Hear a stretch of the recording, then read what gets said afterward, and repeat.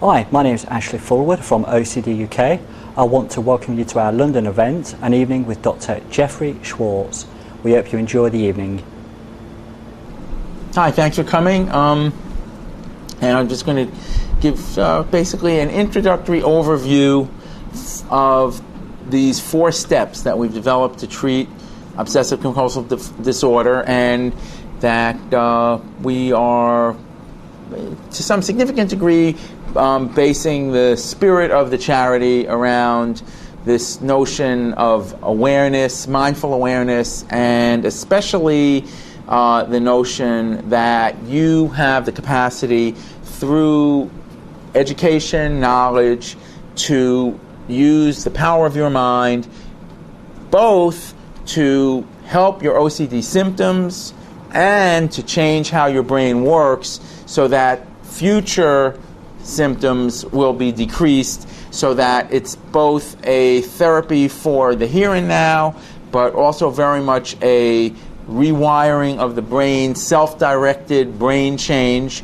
or to use the slightly technical term, self-directed neuroplasticity. Neuroplasticity really just means brain change. And in some of the classical scientific studies, they do it with environmental change, but what's nice about this kind of training is that you can actually do it with your own inner environment and make changes in your environment that help you work with your OCD and change how you respond to it, and the change that you make in how you respond to it then actually rewires your brain. And I'm going to explain how to do that and what that means.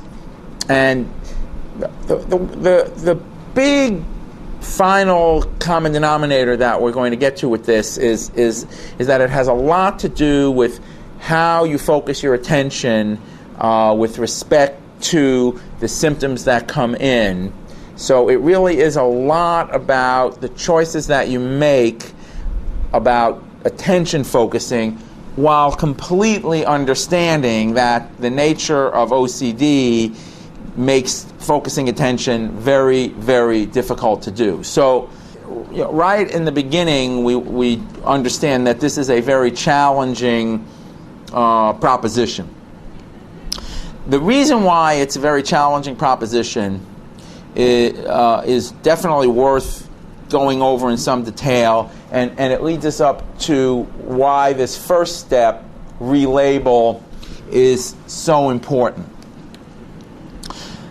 The way we understand obsessive compulsive disorder is primarily as a medical condition, and a medical condition that involves changes in how the brain is functioning that really is responsible for why the symptoms are so intrusive, repetitive, and bothersome. Now, I just want to say right up front, there certainly are a lot of more cognitively oriented therapists that, and this treatment is very cognitively oriented. So we all, basically everyone affiliated with the charity agrees that cognitive approaches having to do with your knowledge of what OCD is has a lot to do with treatment.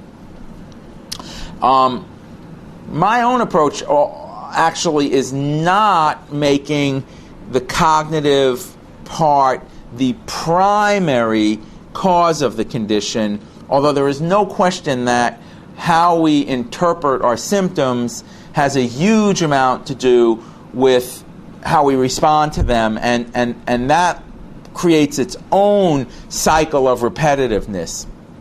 And then there are issues of content, why some people wash, why some people check, that very likely have a certain amount of cognitive history in terms of why some people are led towards one kind of symptom and other people are led towards another kind of symptom.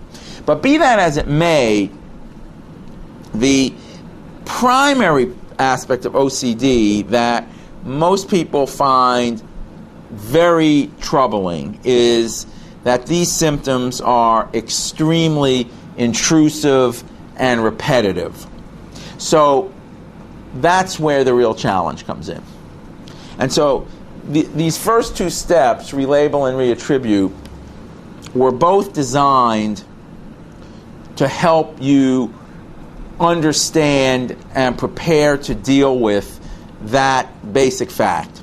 Now, the relabeling step is trying to help a person really understand what is going on when you get this intrusive, bothersome thought, urge, usually something along the lines of a feeling that something is dirty, hands being a very classic example, a feeling that something might be contaminated, a feeling that something might be in a dangerous situation, needing to be checked, a stove, a door lock, a car ignition, etc. Feeling of needing to have things done a certain number of times, so lots of issues with numbers, lots of issues with counting, lots of issues with symmetry, lots of issues with perfectionism, getting things just so.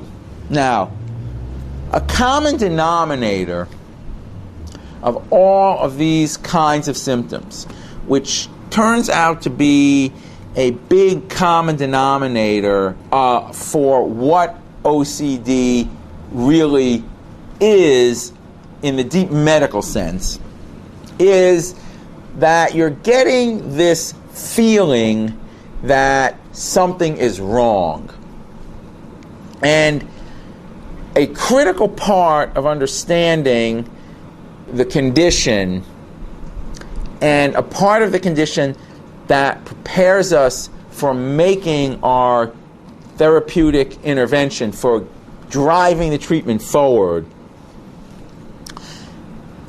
and cannot overstate how important this is that you basically understand at some level, and we're always trying to increase that level, that this symptom doesn't really make sense. That is extremely important.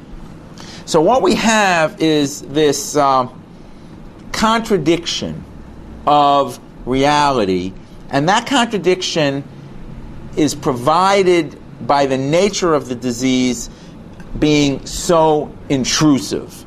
The contradiction is that you're getting this intrusive thought, urge, this feels dirty, it doesn't feel right, something feels wrong, it needs to be checked, heater's left turned on, whatever it is, okay? And all of those feelings that something is wrong, to some significant degree, we believe has to do with a brain-related problem. And on the back of the book, there is this picture of the brain of a person with obsessive-compulsive disorder that we took. Next year it'll be 20 years ago. And this is a finding that has just stood up to the test of time. That people who have OCD have a tendency to have this error detection circuit at the bottom of the front of the brain, just above the eye sockets, called the orbital frontal cortex. Now, that part of the brain is known to contain significant amount of what has come to be called error detection circuitry. Now, as I say, some people get into a chicken and egg kind of a discussion, and they say, well, is it the worry that's causing that part of the brain to be overactive, or is that part of the brain causing the worry? Well, it's not too clinically useful to get into this kind of a debate about chicken and egg. I will say that there is a growing amount of evidence that there is a family inherited component, a genetically inherited component to this condition, and that at the very least provides a significant basis for thinking that a part, and probably a sizable part, of this feeling that something is wrong, the bothersomeness of this intrusive thought, dirty, checking, contamination, symmetry, number, what have you, is actually just coming from brain circuitry itself. Just as an aside, we're not going to speak too much tonight about medication, but because of the truth of the fact that the brain has a significant role to play in why these feelings are so intrusive, you can understand that there is also a role to play for medication, because the medication can help to, in some sense, either normalize or at least calm down that kind of brain activity. I don't want to spend too much in this first part about talking about why the medications can get overused, and obviously both here and in the US there's probably an over-accentuation in our current era for the use of medications. But I just do want to say that there is a role for medications, especially for decreasing the intensity of the symptom. But the primary thing that we want to do is this issue of relabel. So what that means is we want to label this feeling: wash, it's dirty, check, it's turned on when it should be turned off. We want to take advantage of the fact that you basically know that this doesn't make sense, and we want to call it what it really is, which means label it as an obsessive thought, a compulsive urge. Because it turns out to make a big difference in how we respond to these symptoms if we start calling them by their true identity.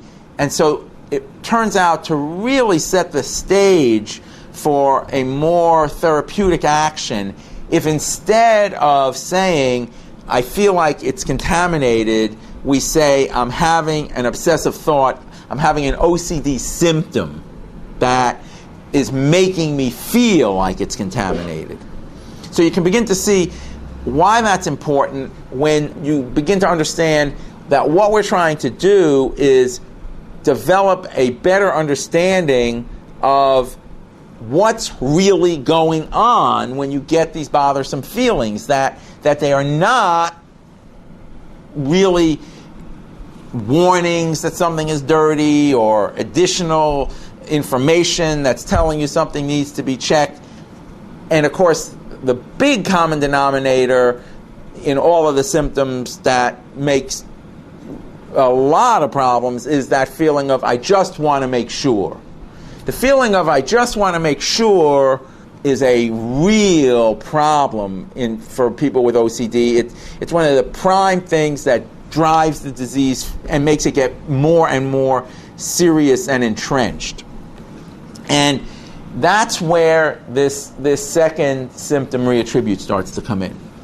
Because these two things, they really do work together, relabel and reattribute. And here's why. When you relabel, it's a great start. Now you're saying, okay, I'm having this bothersome, intrusive urge. It's really bothersome. It's very unpleasant. But it's an OCD symptom. But then, just on a natural process, one would hope that relabeling it would make it go down.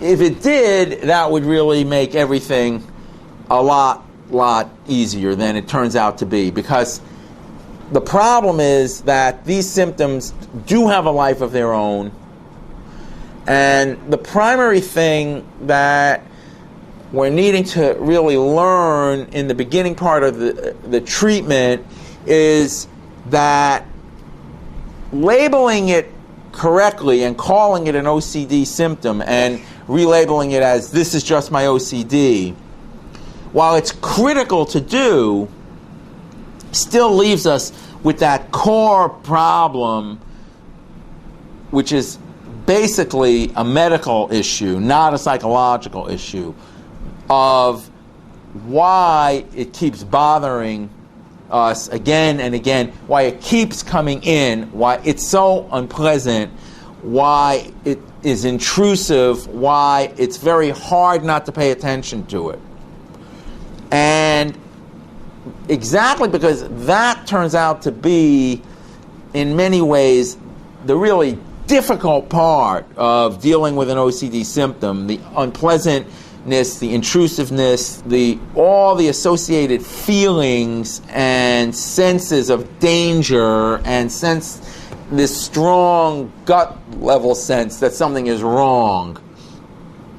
And it turns out that gut level sense that something is wrong, and all those feelings of danger, and all that strong bodily sensation that something is wrong, and the intrusive mental feelings of worry, all turn out to more or less be caused by the brain issue, the medical issue. So the reattribute step is a reminder of the fact that the reason why this feels so unpleasant is just because it's a medical symptom. That's the explanation. So we attribute, that's what reattribute means, changing it from, I attribute the fact that my hands might be dirty to the fact that I'm just trying to make sure they're not dirty, or that maybe there's some real reason for this. It's really important to attribute the fact that you're getting this worry to the disorder itself. So you can see how the relabel and the reattribute really work together, because first you call it what it really is, and then you attribute the fact that it's bothering you so much to the medical condition, to the biochemical issue, to the brain issue, however is the easiest way for you to conceptualize it. But the key point and the common denominator is, this is a medical situation that's making us feel this way, and now we're going to learn new ways to deal with it that change how we respond, which breaks the vicious cycle, which keeps the symptoms getting more and more intense. And so a one-line summary that really helps people is this awareness that it's not me that's feeling worried, it's just my OCD that's making me feel worried. And why that turns out to be very important is because a primary thing that we're trying to achieve over the longer term with this treatment is not identifying ourselves with these symptoms.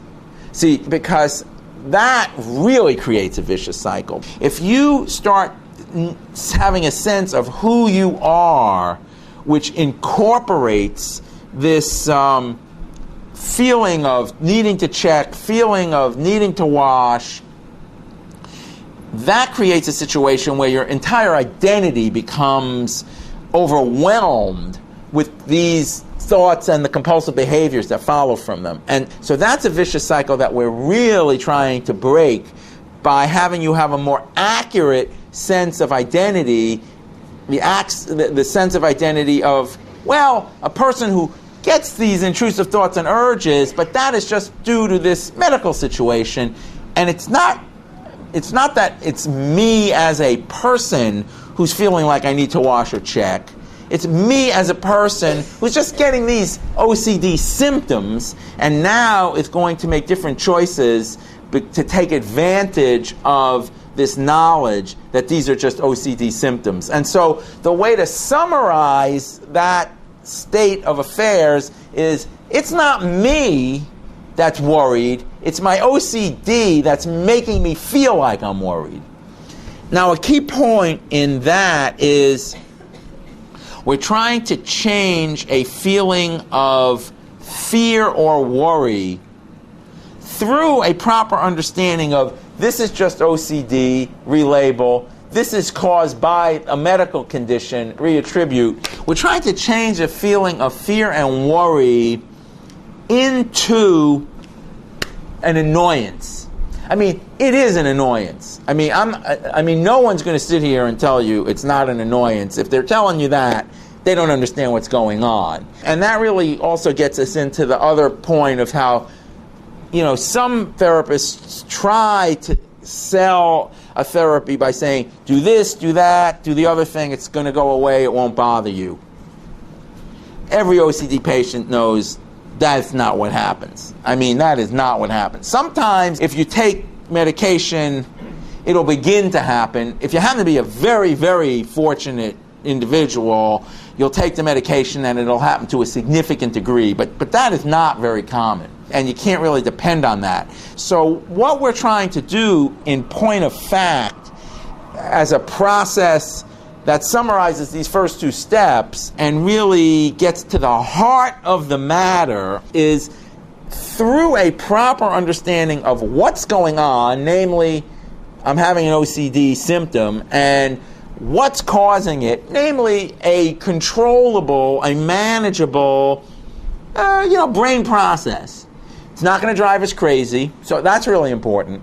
Not going to drive you crazy. It sometimes feels like it's going to drive you crazy. That's something that people really worry about. Is this going to drive me crazy? It's really important to understand up front that with OCD, exactly because you understand that this doesn't make sense, that's why it's not going to drive you crazy. But you have to really protect that part of yourself that knows that it doesn't make sense by really reminding yourself actively, this doesn't make sense. And so what we're trying to do is use that awareness, this doesn't make sense, to have a view of this bothersome feeling as not being a worry, not being a fear, but just being an annoying, bothersome feeling. Because it is an annoying, bothersome feeling.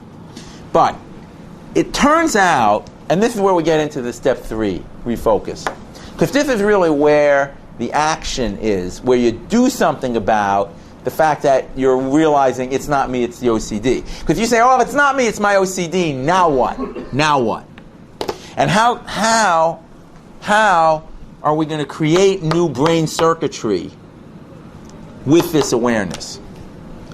Because it turns out that the way we can create new brain circuitry with this awareness is through the hard work of focusing attention on other activities while these bothersome thoughts and urges are still there. So you want to hear this OCD message in a very different way. And the whole heart of the refocus message is, I'm not going to let my attention be completely tied up by this bothersome thought and urge because it's just not that important. It's really just a distraction. And so we're talking about things like it's like a false alarm, or it's like, it's like they're working on the street, it's like a jackhammer, or, car alarm going off. All annoying things, but none of them really, as it were, scary or completely dominating, so that your knowledge that they're just an annoyance frees you up to try to do something else. Now, it turns out that when you try to do something else, which, should be pretty simple, pretty enjoyable, and pretty achievable. So, under ideal circumstances, it might even be listening to music, playing music. If it's an activity, it's better. We always use gardening as a primary example because that's so active. And if you have hand contamination issues, it adds in a whole exposure to the process, which is very helpful, turns out. Because anything you do that basically challenges the OCD is going to be helpful. If you're in a work situation, it's fantastically helpful to just do any kind of work that you can do. In other words, anything that is useful in any way when you're having an OCD symptom is extremely therapeutic. And it's extremely therapeutic for two big reasons, and a lot of little ones too.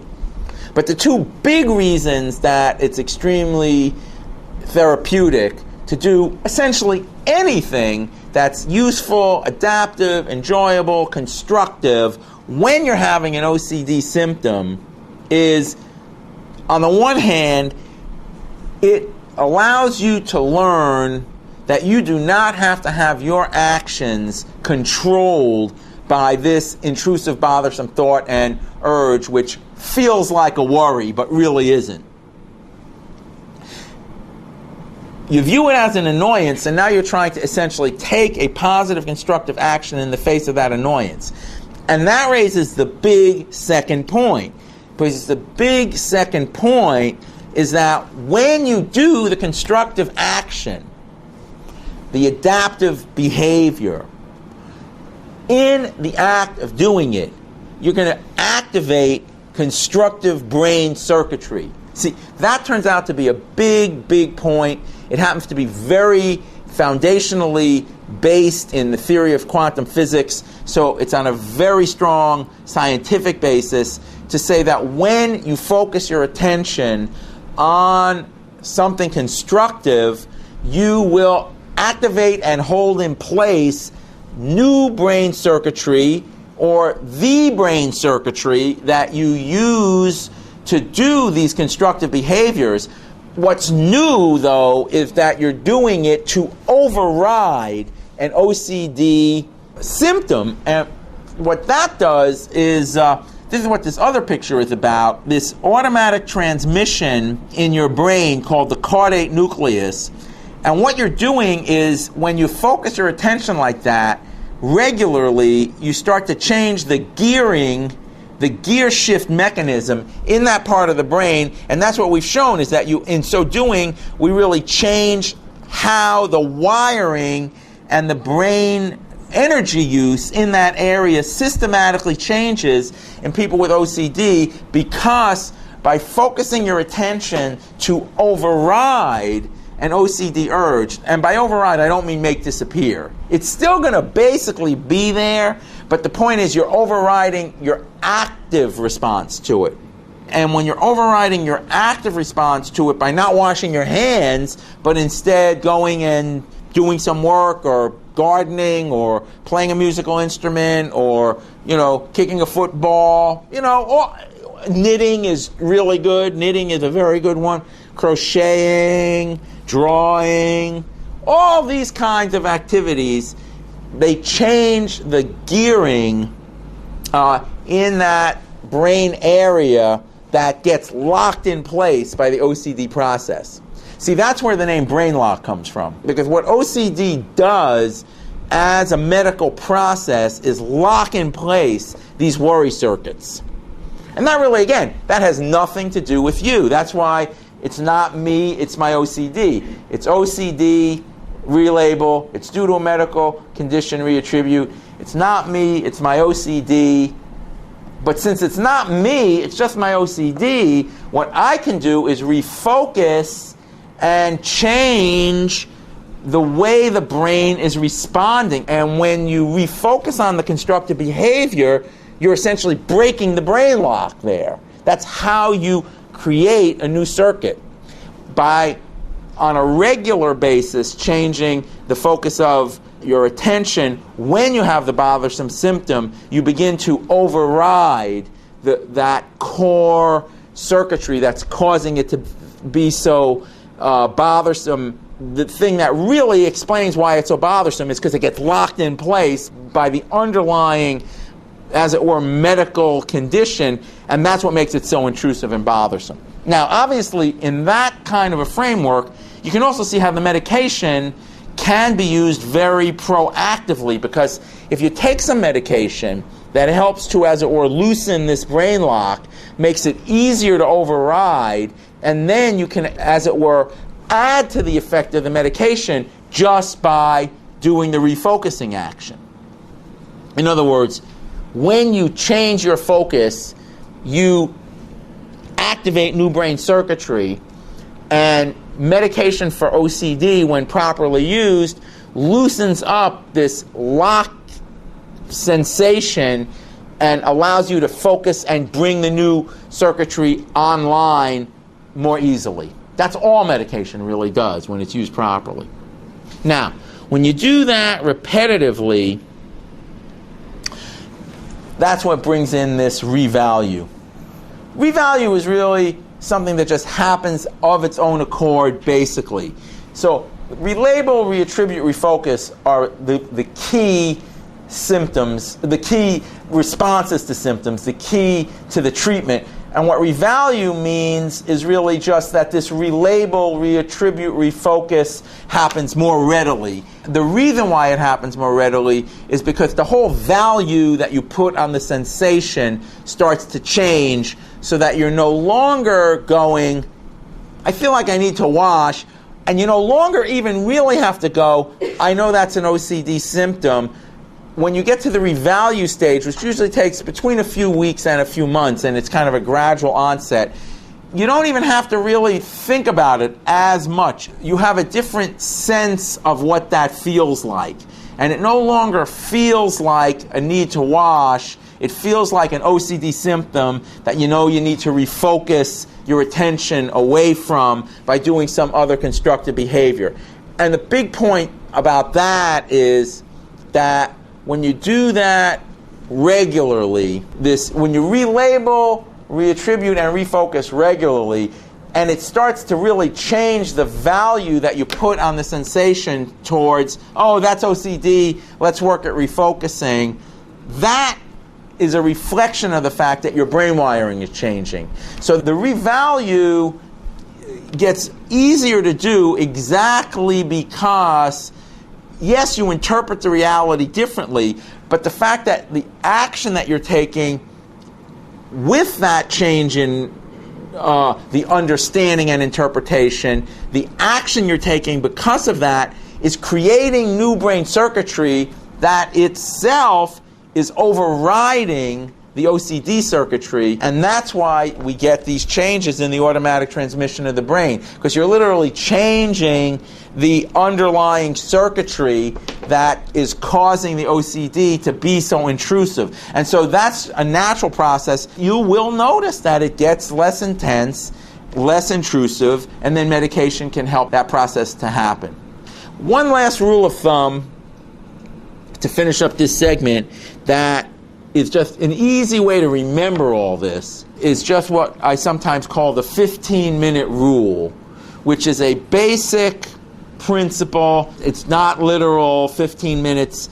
It's just a basic rule of thumb that says, if I can just wait about 15 minutes doing some other activity, in that time I'll notice that I don't have to give in to the OCD symptom and that I can change how I respond to it, so that we just try to use 15 minutes as kind of a basic time period to show yourself that you can do other activities for, 10, 15 minutes.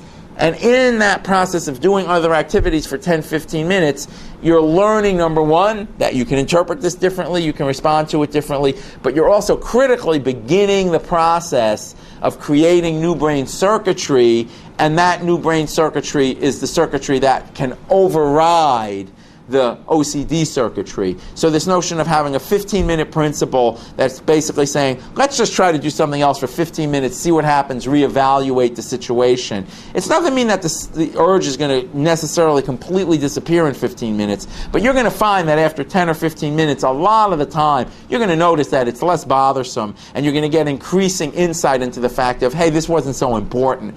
And the reason why it wasn't so important is because it was just an OCD symptom, and when I respond to it differently, it changes how my brain works. So that's kind of the basic overview, the basic structure of how to apply the 4 steps to standard OCD symptoms.